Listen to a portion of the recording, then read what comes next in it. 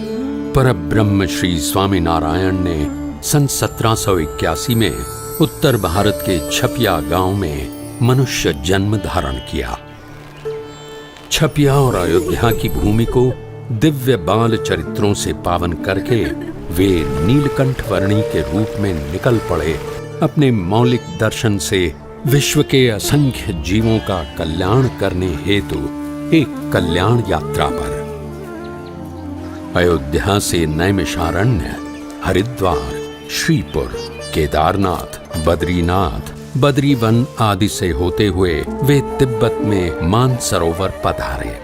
वहां से गंगोत्री, वंशीपुर आदि से आगे नेपाल में काली गंडकी नदी के किनारे आरोहण करते हुए मुक्तिनाथ जाकर उन्होंने तपश्चर्या की। मुक्तिनाथ से बुटोल नगर आदि स्थानों से होते हुए गोपाल योगी को आत्यंतिक मुक्ति का मार्ग दिखाकर नीलकंठ वर्णी वहां से पूर्व दिशा में आगे बढ़ चले पोखरा की ओर।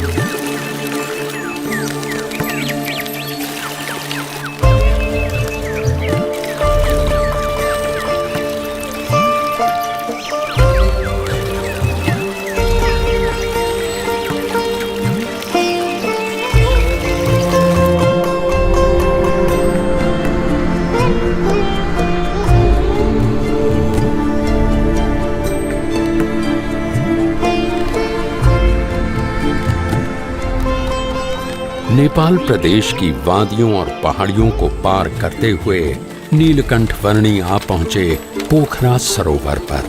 नरतनु है नैया केवट हरि नाम, संतन संग प्रभु भजो मिले परम धाम। नरतनु है नैया केवट हरि नाम, संतन संग प्रभु भजो मिले परम धाम। पोखरा की सेती गंगा नदी में स्नान कर उसे पावन करके नीलकंठ वर्णी आगे बढ़ चले। मध्य में सूर्य रहता है और उस सूर्य के चारों ओर अलग अलग ग्रह परिभ्रमण करते रहते हैं।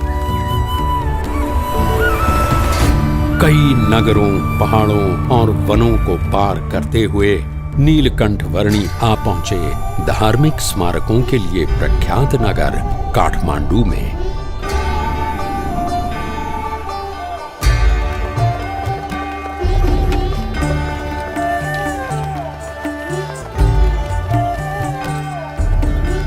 काठमांडू में नीलकंठ वर्णी ने पशुपतिनाथ मंदिर के दर्शन किए और वे बागमती नदी के घाट पर भी पधारे।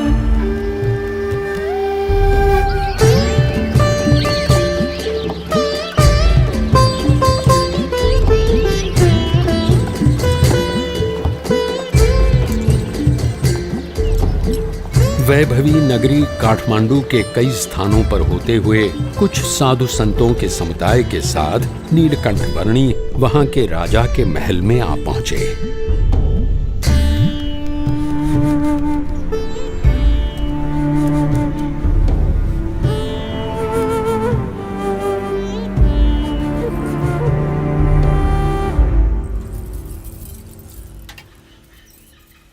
यहाँ उपस्थित सभी लोग ध्यान से सुनिए।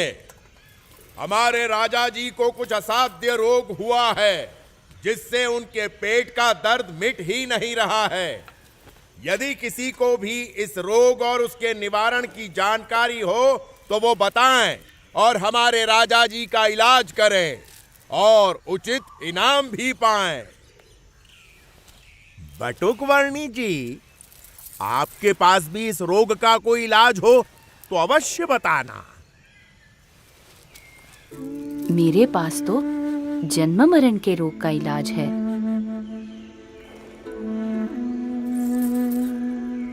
सोच समझकर बोलना बालक। मैं राजा हूं, रण बहादुर साहा। सन्यास में भगवान होते हैं। ये सोचकर मैं साधु संतों और सन्यासियों को मेरे रोग का इलाज करने के लिए बुलाता हूं। और मेरा इलाज करने की बात करके जो इलाज नहीं कर पाता, ऐसे हरेक हकीम, वैद्य, साधु, संत, सन्यासी सबको मैं जीवन भर के लिए बंदी बनाकर सजा देता हूं।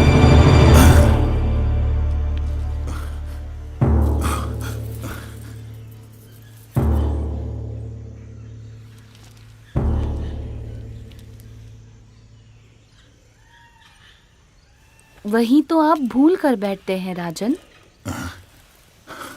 अपने कर्मों की सजा दूसरों को देकर। इस जन्म में या पिछले जन्मों में आपने स्वयं जो बुरे कर्म किए हैं, उनके फलस्वरूप आपको ये रोग मिला हुआ है। ऐसी बातें मेरे मुंह पे कर रहे हो, तुम्हें डर नहीं लगता? सत्य बात को सुचारू रूप से कहने में डर कैसा राजन? अभी भी आप निर्दोष लोगों को दंड देकर अधिक बुरे कर्मों का संचय ही कर रहे हैं, जिनके फल भी आपको भुगतने पड़ेंगे।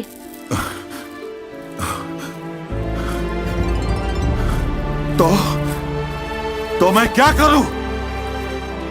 कैसे छुटकारा पाऊं इन सब से? कैसे छुटकारा पाऊं इन सब?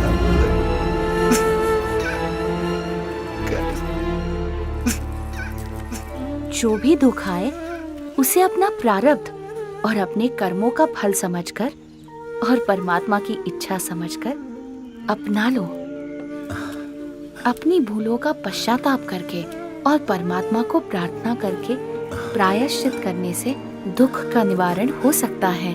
परमात्मा को तो मैं नहीं जानता, पर मैं आपसे प्रार्थना करता हूं कि आप मुझे इन दुखों से उबार लें। आप जो कहेंगे वो मैं करूंगा।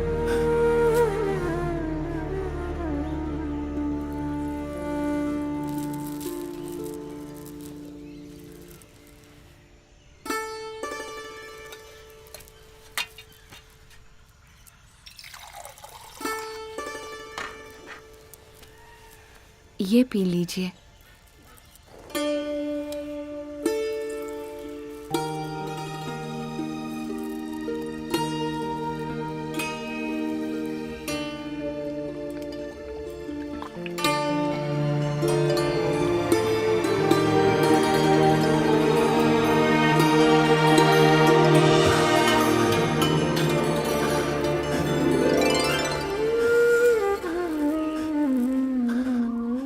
ऐसी राहत की अनुभूति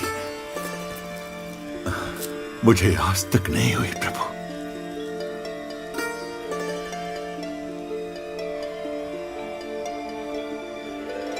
बताइए, मैं आपके लिए क्या कर सकता हूं? मुझे कुछ नहीं चाहिए। बस जिन निर्दोष लोगों को आपने बंदी बनाकर रखा हुआ है, उन सबको छोड़ दीजिए। जैसा आप कहें प्रभु।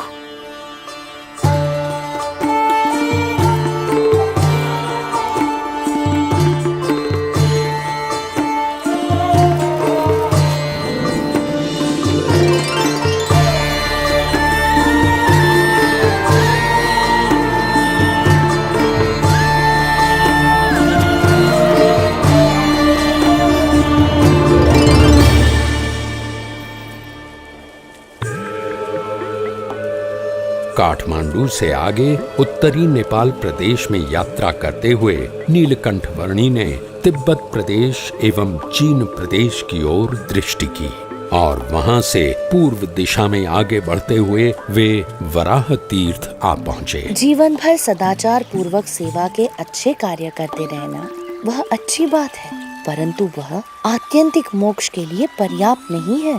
मोक्ष के लिए तो सच्चे ब्रह्म स्वरूप गुरु से सनातन मूल्यों का ज्ञान पाकर उसे अपनाना होगा।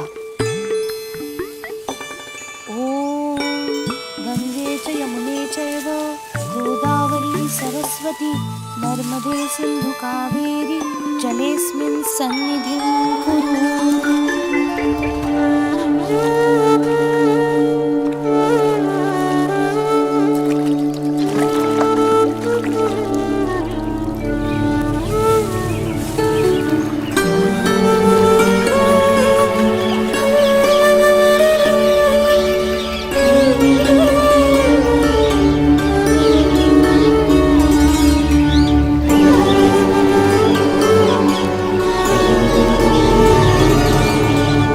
अपनी कल्याण यात्रा से नेपाल प्रदेश को पावन करने के पश्चात नीलकंठ वर्णी उत्तर पूर्वी भारत के असम प्रदेश में सिरपुर, परशुराम कुंड आदि स्थानों में पधारे और वहां से आगे असम प्रदेश में नीलकंठ वर्णी के स्वागत के लिए मानो ब्रह्मपुत्र नदी के नीर तत्पर थे।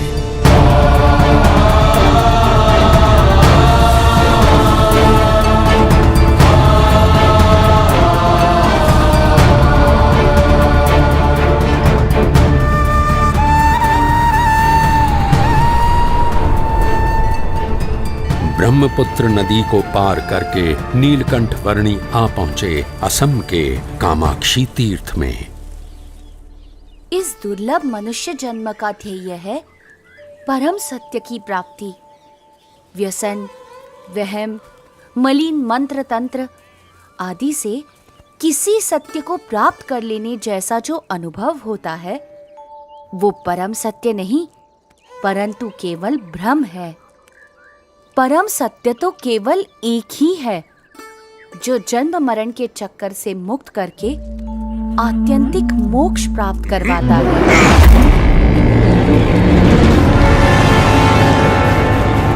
ए बच्चे, क्या सुख दुख की बातें बना रहा है तू?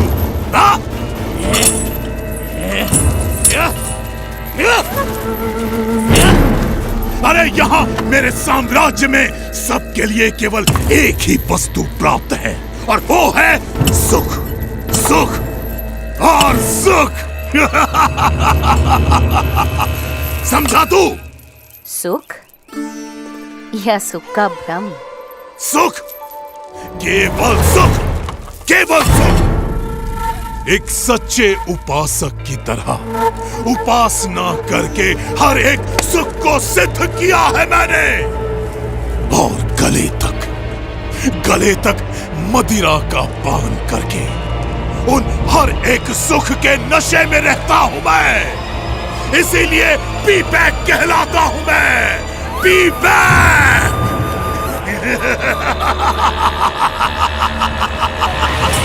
P back. अपने प्रपंच से लोगों को डरा धमकाकर स्वयं सुखी रहना वो सिद्धि नहीं परंतु विकृति है विवेक। अपनी सिद्धियों का उपयोग सबके सुख के लिए करना चाहिए, दुख के लिए नहीं। अरे वाह, ये छोटे गुरुजी तो ज्ञानोपदेश भी देते हैं। महाज्ञानी है गुरुजी। पर अभी गुरुजी को पता चल जाएगा कि मेरी शक्तियों के सामने उनका ज्ञान कैसे हवा में फुर्र हो जाता है।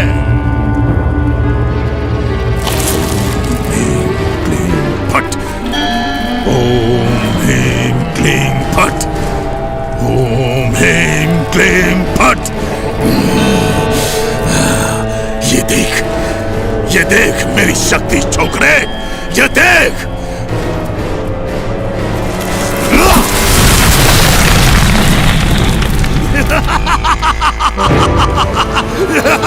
देखा?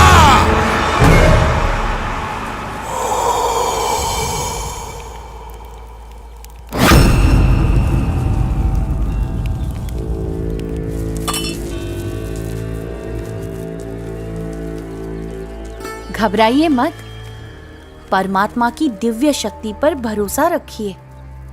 उनका दृढ़ आश्रय रखिए, तो इसकी मलिन विद्या की शक्ति अपने आप असमर्थ हो जाएगी, आपको कुछ भी नहीं कर पाएगी। ए छोकरे, मेरे शिष्यों को मेरे ही विरुद्ध भड़का रहा है तू? भड़का नहीं रहा हूं, पर जगा रहा हूं, क्योंकि इस बेचारे वृक्ष की तरह ये सब भी निर्दोष हैं। अरे, तू उनकी छोड़ और अपनी सोच। तुम भी तो अपनी सोचो पिबेक। दूसरों के विनाश से स्वयं का विकास करने पर तुले हो तुम। ऐसे भोले भाले लोगों को मूर्ख बनाते हुए तुम इतने अंध हो गए हो कि स्वयं को भी मूर्ख बनता हुआ देख नहीं पा रहे हो। जरा सोचो पिबेक, तुम सब मोह माया का त्याग कर निकल पड़े थे, वो किस लिए? और अब कैसे स्वयं ही मोह माया में अंध हो चुके हो? कुछ तो अंतर्दृष्टि करो पिबेक।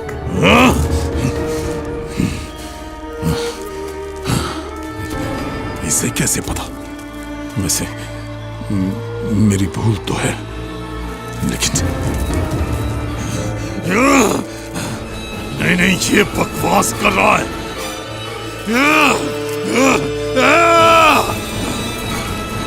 तू ऐसे नहीं समझेगा, अब तुझे मारना ही पड़ेगा।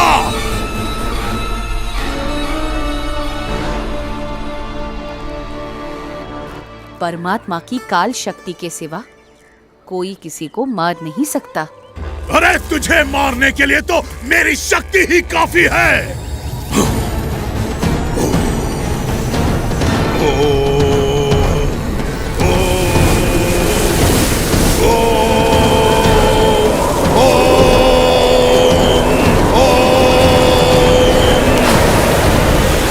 ये ले तेरी मृत्यु।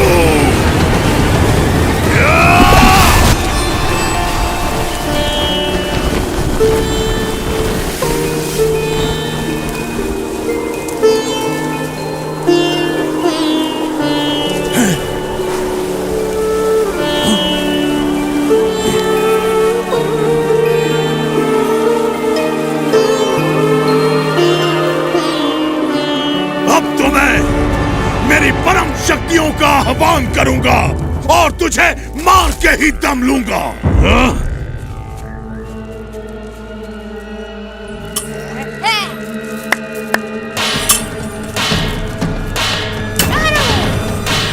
शक्तियों को बुलाओ, शक्तियों को मारो, शक्तियों को बुलाओ।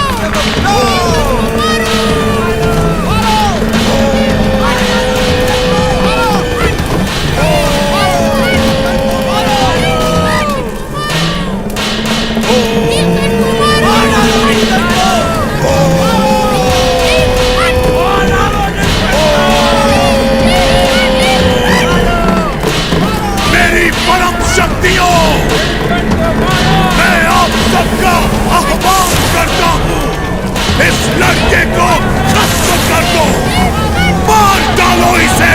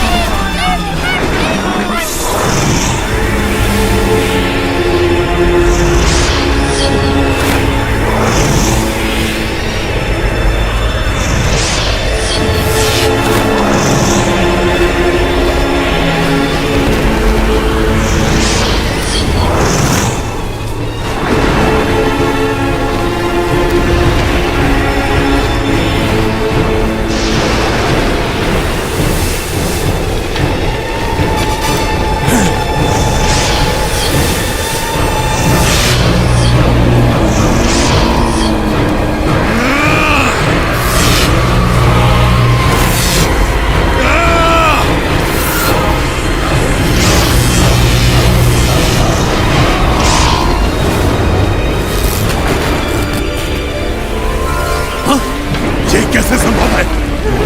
ह्रीं क्लीं फट, ओम ह्रीं क्लीं फट।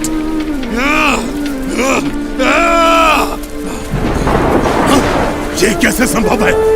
ये क्या हो रहा है? मेरी शक्तियां काम क्यों नहीं कर रही हैं? अरे अरे अरे अगर यहां से नहीं हो रहा है तो वहां से मारो। अपनी सारी शक्ति लगा दो पर इसे खत्म कर दो। ये कैसे संभव है? मेरी शक्ति एक छोकरे के सामने हाथ जोड़कर बैठ गई है। नहीं, असंभव, असंभव। पता नहीं क्यों पर आज तो तू बच गया, पर कल मैं मेरी सभी शक्तियों को जागृत करके आऊंगा और तेरा नाश करके ही दम लूंगा। तुझे नहीं छोड़ूंगा मैं छोकरे। कल तक का इंतजार और तेरा सर्वनाश। तेरा सर्वनाश।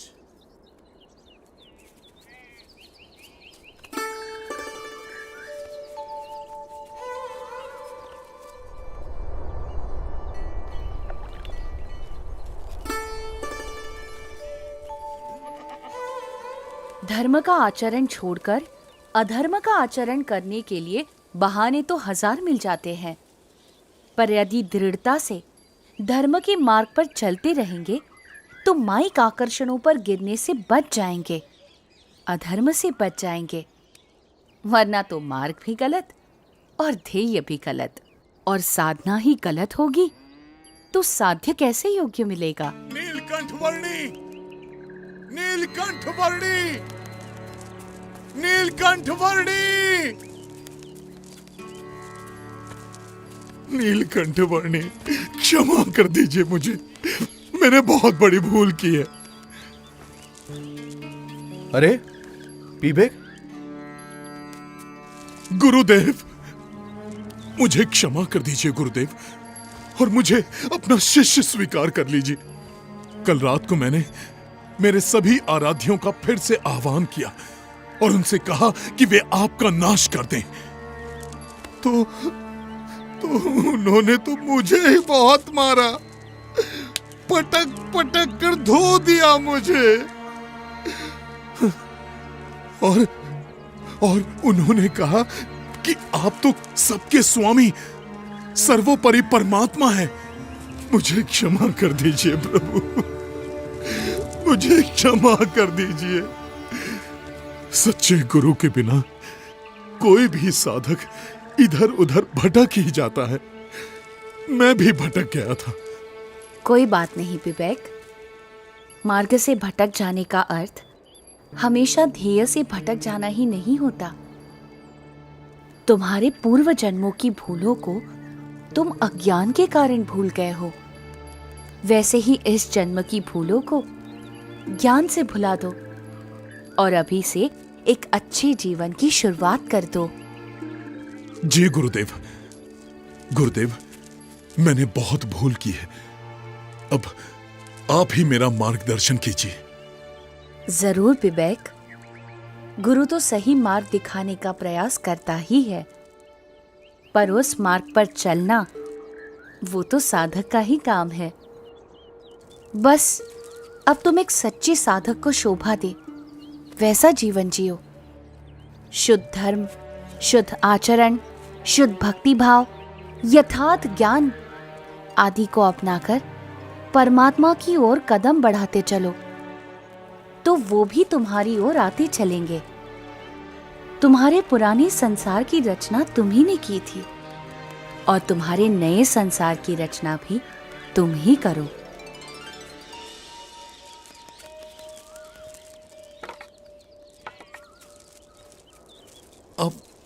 आप कहां चल दिए गुरुदेव? अब मुझे आपसे दूर नहीं होना है। जहां प्रेम है वहां दूरी कैसी? और भौतिक दूरी बढ़ने से हृदय की निकटता मिट थोड़ी ना जाएगी। विवेक, गुरु की आज्ञा में रहना वो उनके साथ रहने के समान ही है। जी गुरुदेव, अब मेरा शेष जीवन आपकी आज्ञा के अनुसार ही बीतेगा। तो मैं सदैव तुम्हारे साथ रहूंगा। प्रणाम गुरुदेव।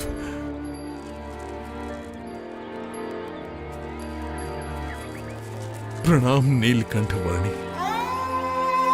सच्चे गुरु की सच्ची संगति और उस संगति से आत्यंतिक मोक्ष की प्राप्ति, साक्षात परमात्मा की प्राप्ति, परम कल्याण के इस परम संदेश को फैलाने के लिए अपने अगले पड़ावों की ओर नीलकंठ वर्णी आगे बढ़ चले, असम के घने वनों से होते हुए।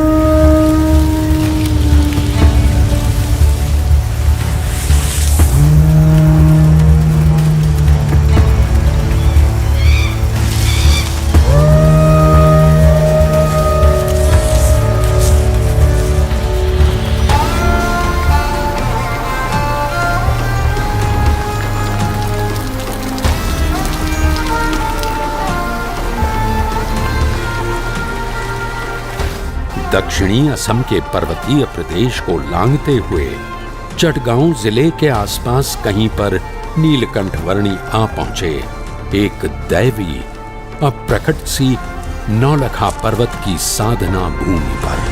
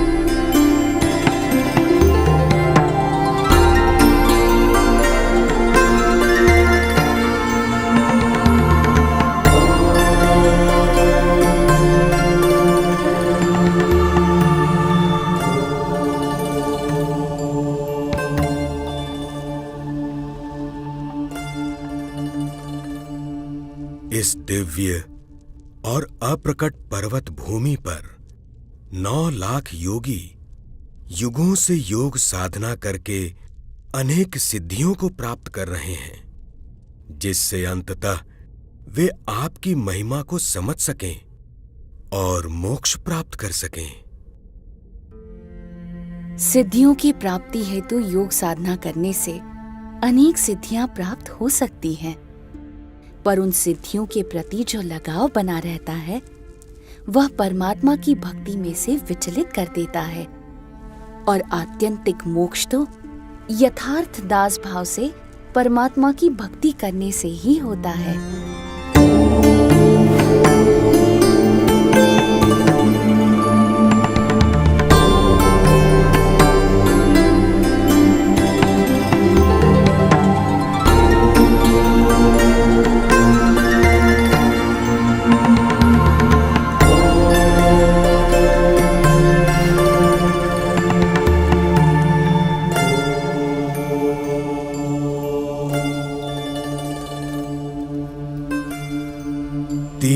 के आपके प्रत्यक्ष योग से हमारा अज्ञान नाश हो रहा है।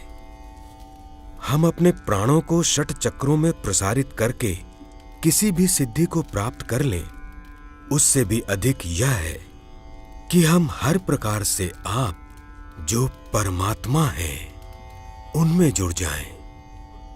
कृपा करके हमें आपकी भक्ति का अधिकार दें और आपके स्वरूप में जोड़ दें।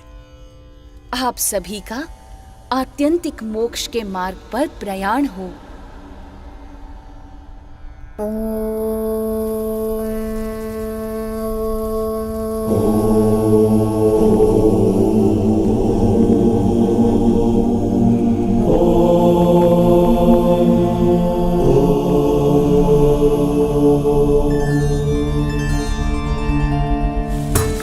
नौलखा पर्वत के 9 लाख योगियों को कल्याण प्रदान करके अपनी कल्याण यात्रा को नीलकंठ वर्णी ने बंगाल प्रदेश में आगे बढ़ाया और बंगाल में बालवा कुंड आ पहुंचे। कुछ दिन बालवा कुंड प्रदेश में बिताकर नीलकंठ वर्णी ने अपनी कल्याण यात्रा को आगे बढ़ाया सुंदरवन के प्रदेश में।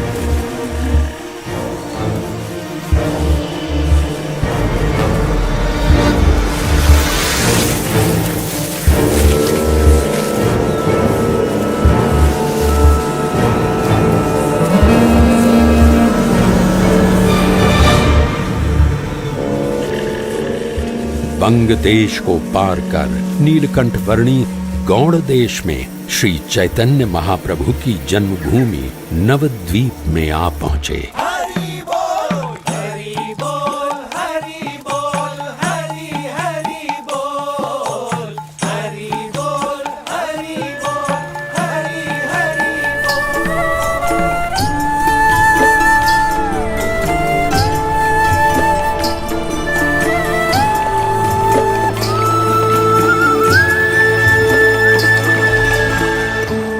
गंगा और सागर का जहां मिलन होता है, उस पवित्र तीर्थ गंगा सागर की ओर नीलकंठ वर्णी बढ़ चले।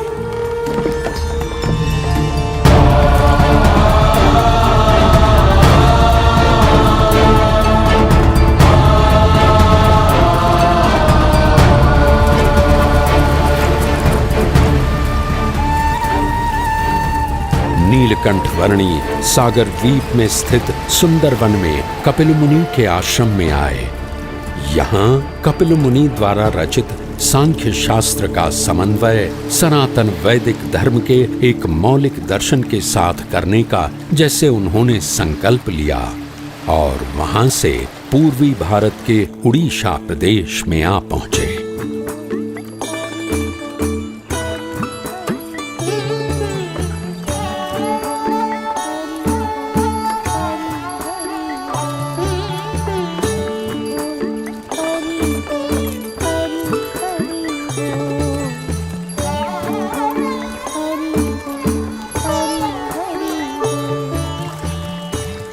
इस उड़ीसा प्रदेश के एक छोटे से गांव में मानो कोई नीलकंठ वर्णी की प्रतीक्षा में था।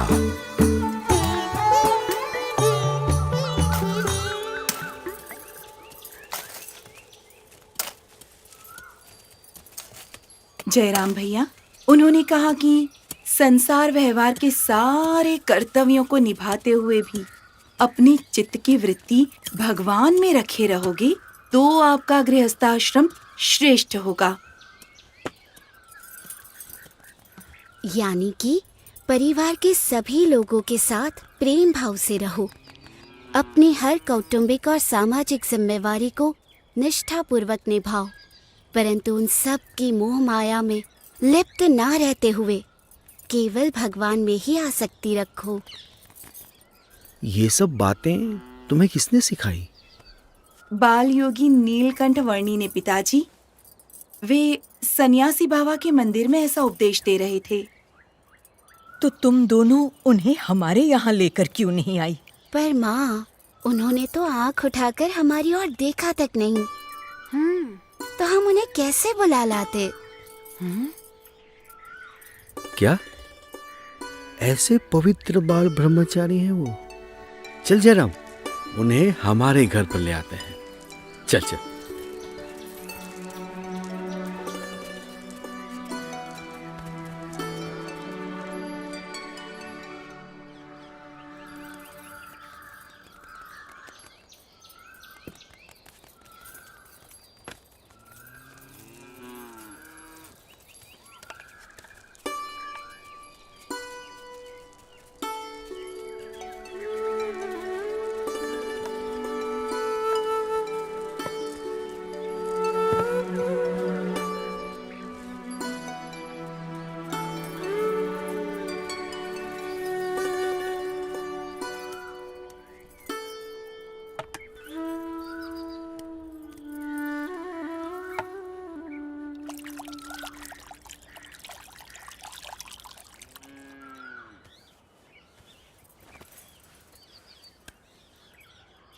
ये कमल ककड़ी लीजिए, ताजी हैं।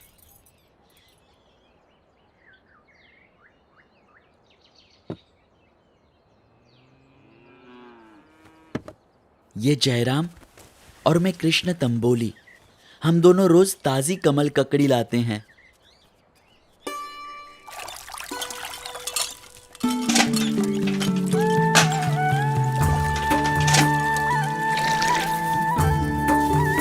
दैनिक दिनचर्या में व्यस्त रहते हुए भी प्रभु भक्ति में लीन रहा जा सकता है और ऐसे निरंतर भक्ति करने से बुद्धि शुद्ध होती है। कलौ कीर्तनात्, कलियुग में भजन भक्ति से भगवान का सानिध्य मिलता है।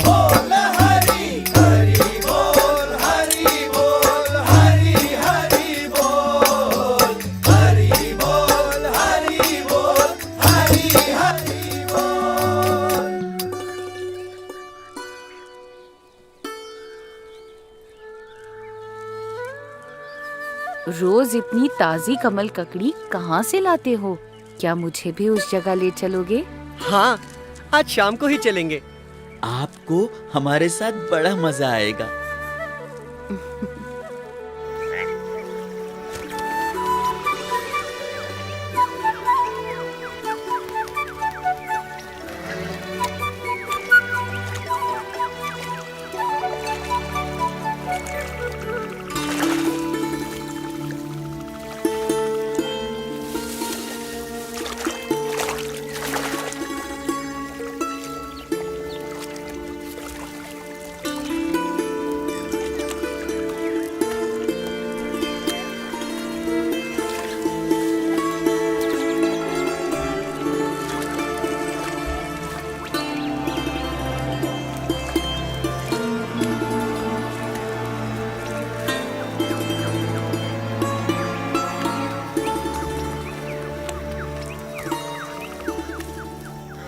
चलो नौका विहार करके उस किनारे तक जाकर वापस आ जाते हैं।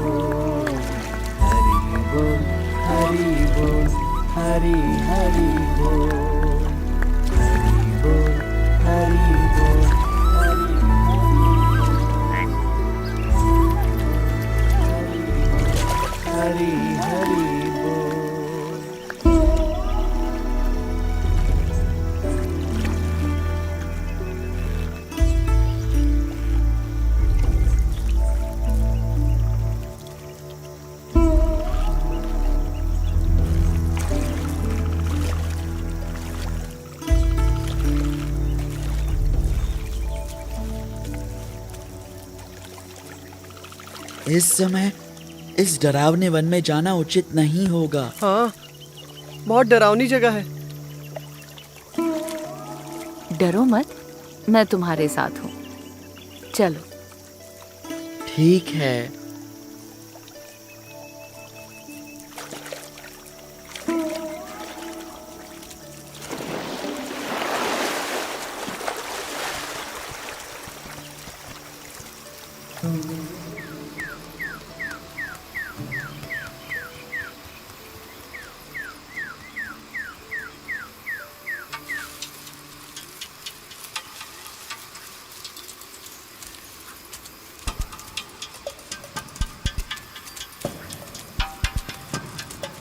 समझ में नहीं आ रहा कि आप कर क्या रहे हैं नीलकंठवर्णी, और हमें कहाँ ले जा रहे हैं।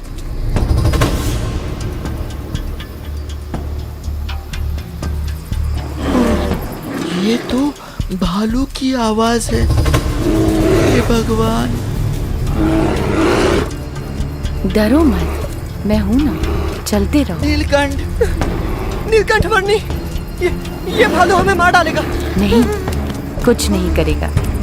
शांत रहो, चिंता मत करो।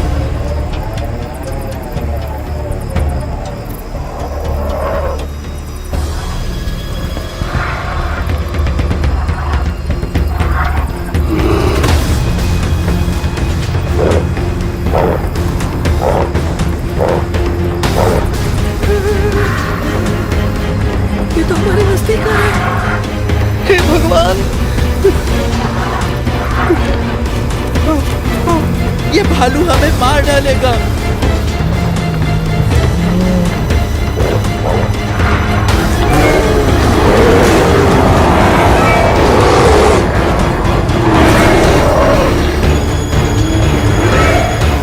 शांत हो जाओ।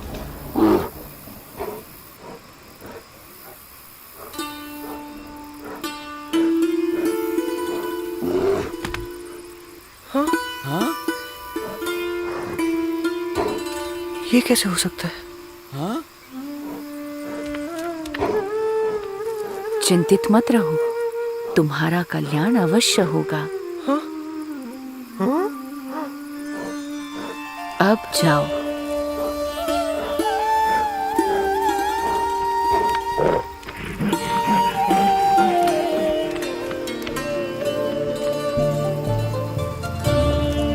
चलो, हो गया। अब वापस घर चलते हैं। हाँ, जल्दी चलो, जल्दी यहाँ से भाग निकलते हैं। जल्दी यहाँ से भाग निकलते हैं। हाँ?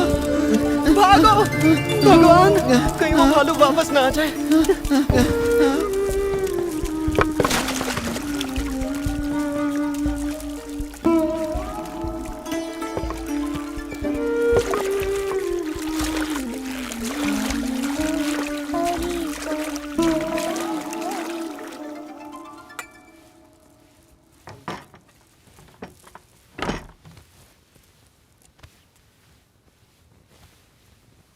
अच्छा, तो आपको पता था कि वो भालू वहां था? हाँ, भगवान के स्वरूप में संशय होने के कारण उसे मोक्ष नहीं मिला था, और मोक्ष प्राप्ति के लिए बार बार इसी योनि में जन्म लेता रहता था। तो अब भालू का देह त्याग कर उसे मनुष्य जन्म मिलेगा। उसे मेरा योग होगा और उसका आत्यंतिक मोक्ष होगा। अच्छा, तो आप उस भालू का कल्याण करने के लिए यहाँ आए थे? हाँ, सबके कल्याण के लिए ही तो मेरी यात्रा है। तो फिर हमारा भी कल्याण जरूर करना प्रभु, करोगे ना? हाँ, आपकी मति शुभ है तो कल्याण होगा। मुझे तो पहले से लग रहा था कि आप कोई दिव्य प्रतिभा हैं। प्रणाम। कृपया जयराम को स्वीकार कर आपके साथ रख लीजिए, आपका दास बनाकर। जयराम दास।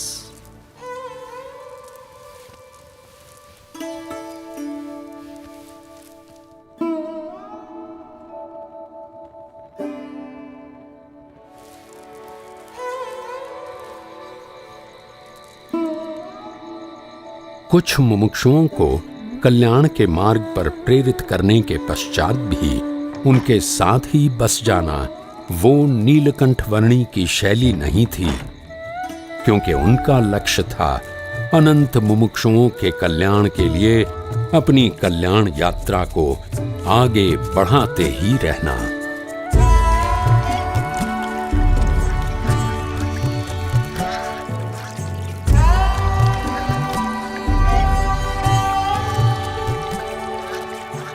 उड़ीसा प्रदेश में नीलकंठवर्णी अपनी कल्याण यात्रा को आगे बढ़ाते रहे।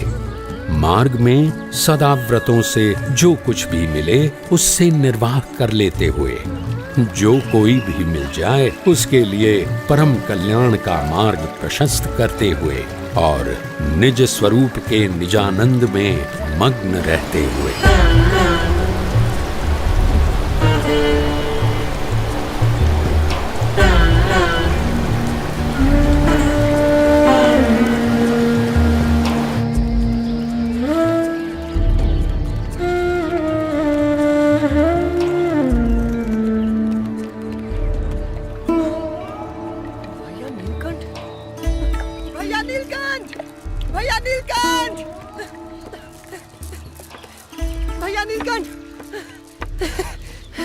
भैया नीलकंठ, 20 दिनों से आपको ढूंढ रहा हूं मैं।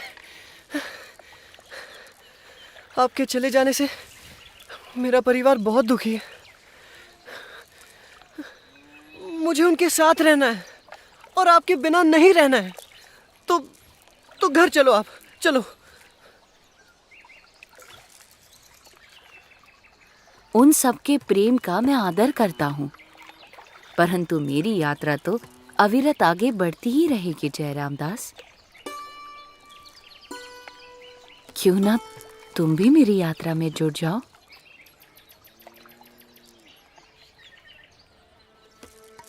जयराम दास, मैं जानता हूं कि तुम पूर्व के मुमुक्षु जीव हो, इसीलिए कह रहा हूं कि संसार के नाशवंत और माइक संबंधों को छोड़ दो और उसे पकड़ लो जो माया से परे है। हाँ। मेरे साथ चलो, चलो जगन्नाथपुरी चलते हैं। जी, आप सही कह रहे हैं, चलो।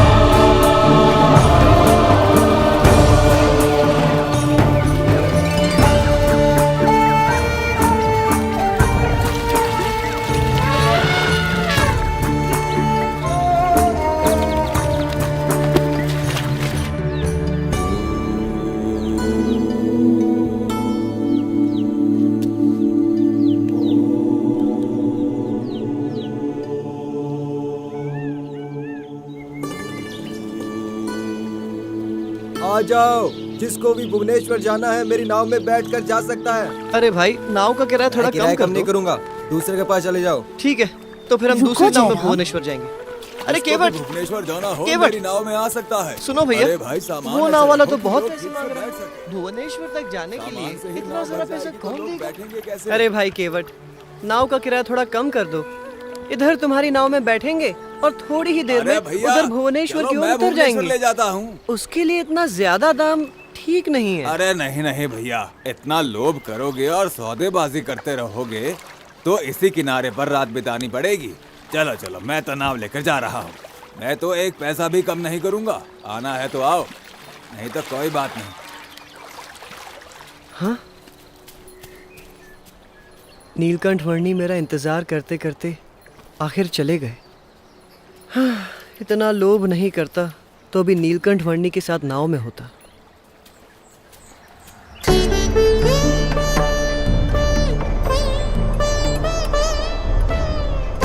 उड़ीसा के भुवनेश्वर का लिंगराज मंदिर नीलकंठ वर्णी की यात्रा का अगला पड़ाव बना।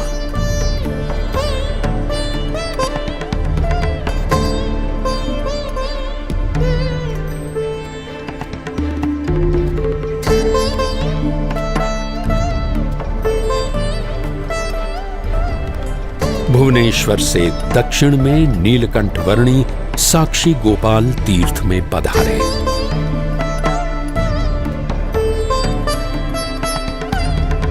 जगन्नाथपुरी में सरोवर सबसे बढ़िया जगह है, रहने का प्रबंध हो जाता है। अपनी कल्याण यात्रा को आगे बढ़ाते हुए नीलकंठ वर्णी जगन्नाथपुरी आ पहुंचे। नमस्कार। इंद्रद्युम्न सरोवर यहाँ पर है, आइए सामने स्नान कर लीजिए। प्रणाम। जगन्नाथपुरी में लगभग 10 महीनों के निवास की अवधि में नीलकंठ वर्णी 2 स्थानों पर कई बार जाते रहे। एक इंद्रद्युम्न सरोवर और दूसरा भगवान श्री जगन्नाथ जी का भव्य मंदिर।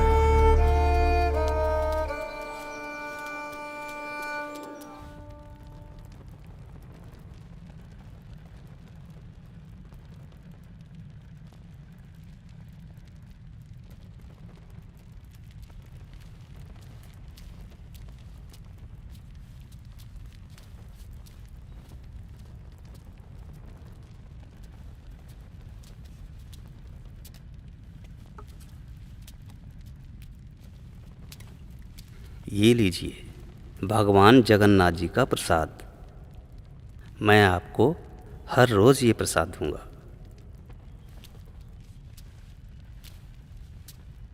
ज़रूर आते रहिएगा। प्रणाम।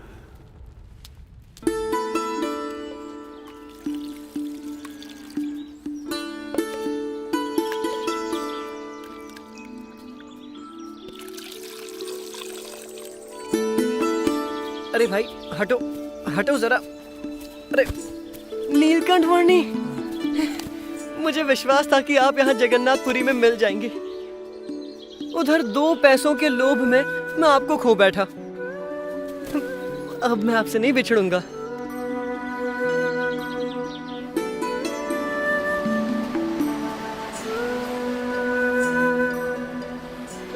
जगन्नाथपुरी की भूमि और जगन्नाथपुरी का समुद्र नीलकंठ वर्णी के संग से पावन हो चुके थे, तो फिर जगन्नाथपुरी के राजा कैसे रह जाते।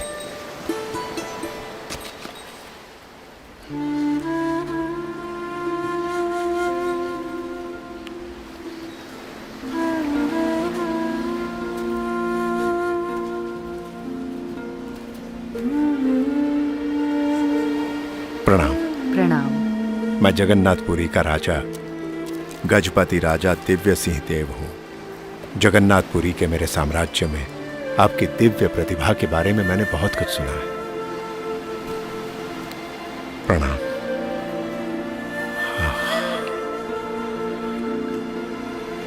दिव्य,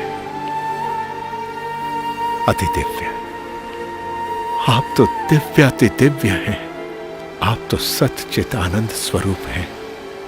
प्रभु, मेरी प्रार्थना है कि इस वर्ष के रथ यात्रा उत्सव में आपकी विशेष उपस्थिति हो जी, जिससे समग्र जगन्नाथपुरी के वासियों को आपके दर्शन का सौभाग्य मिले जी।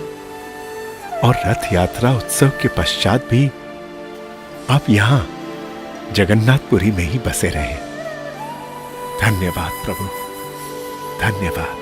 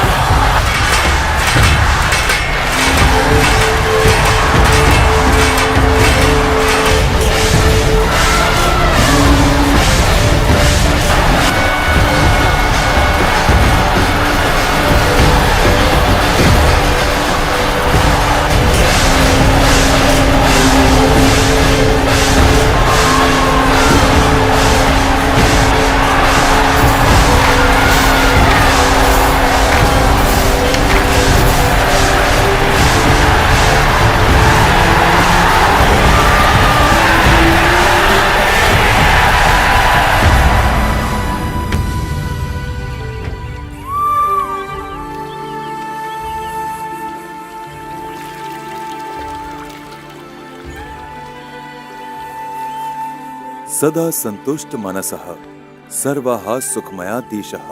यदि संतोष पूर्वक जीवन जिएंगे तो सुखी रहेंगे।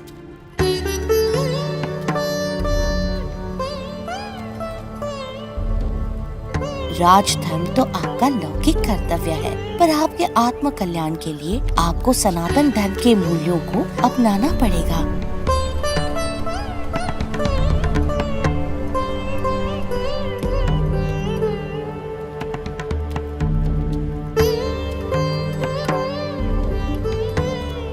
पिछले 10 महीनों में कई बार जगन्नाथ जी के दर्शन आपके साथ किए हैं, और आज वैसे दर्शन अंतिम बार किए।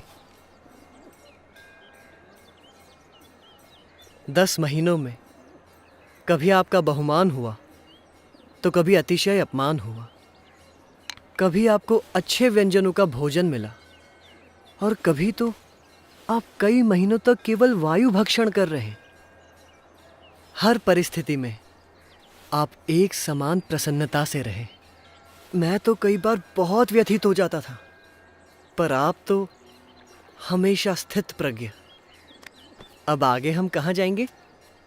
यहाँ से पश्चिम दिशा में महानदी है। उसी पार करके हम आदिकूर्म, पन्ना नृसिंह, मानसपुर आदि से होते हुए दक्षिण भारत में वेंकटाद्रि चलेंगे। उड़ीसा प्रदेश को लांघते हुए नीलकंठ वर्णी ने अपनी कल्याण यात्रा को आगे बढ़ाया आंध्र प्रदेश में।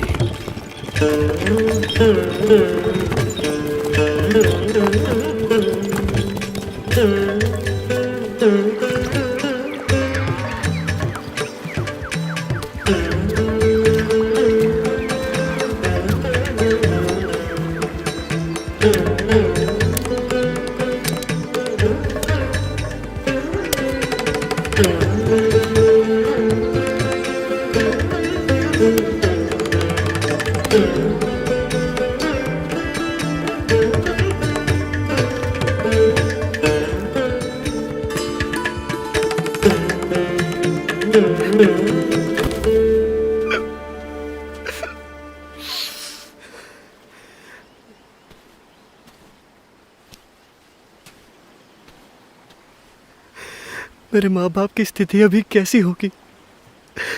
मेरा मन हमेशा उनकी चिंता में लगा रहता है। चलो चलो हम घर वापस चलते हैं।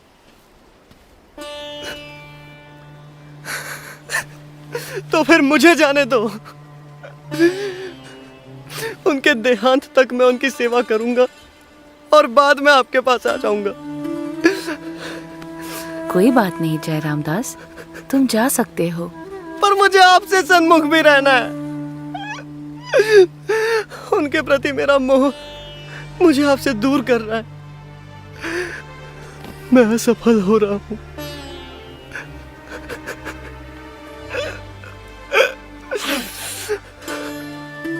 अहम और ममत्व रूपी माया का त्याग करना कोई सरल खेल नहीं है जो तुम ऐसे ही खेल लेते, पर तुमने प्रयास तो किया।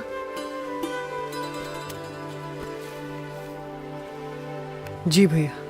और हाँ, जब से तुम्हारे पिताजी ने तुम्हें मुझको सौंपा है, तब से तुम मेरे कहलाए हो। जी नीलकंठ। और जिसे एक बार मेरा संबंध हो जाता है और जो मेरा कहलाता है, उसे मैं छोड़ता नहीं हूँ और उसमें मैं तिल भर जितनी कसर भी रहने देता नहीं हूँ। तो चिंता मत करो। भविष्य में जब तुम्हें वैराग्य की वृत्ति जाग उठे, तब पश्चिम दिशा में गुजरात क्षेत्र में आकर मुझसे मिलना। मुझे तुम्हें साधु दीक्षा देकर तुमसे अच्छे कार्य करवाने हैं और तुम्हारा आत्यंतिक मोक्ष भी करना है।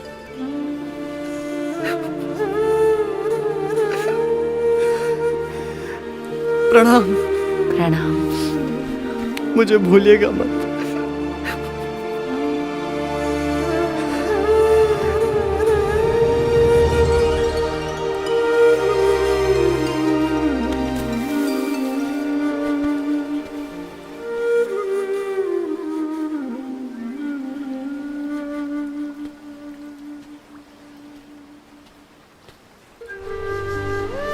हताश हो या आशावान, निर्बल हो या बलवान, नास्तिक हो या श्रद्धावान, सभी का सर्वोत्तम कल्याण वही तो नीलकंठ वर्णी का ध्येय था। अपने मनुष्य अवतरण के इस ध्येय को सिद्ध करने के लिए ही तो नीलकंठ वर्णी ने सन 1792 में अयोध्या से अपनी कल्याण यात्रा प्रारंभ की और कई स्थानों से होते हुए सन 1795 में वे नेपाल प्रदेश के पोखरा तक आए। पोखरा से आगे उन्होंने नेपाल के काठमांडू, असम प्रदेश के कामाक्षी तीर्थ, बंगाल प्रदेश के गंगा सागर, उड़ीसा प्रदेश के भुवनेश्वर और साक्षी गोपाल आदि स्थानों से होते हुए जगन्नाथपुरी तक की यात्रा की और जगन्नाथपुरी से दक्षिण में आंध्र प्रदेश में यात्रा करते हुए अब नीलकंठ वर्णी बढ़ चले दक्षिण भारत के सुप्रसिद्ध तीर्थ तिरुपति की ओर।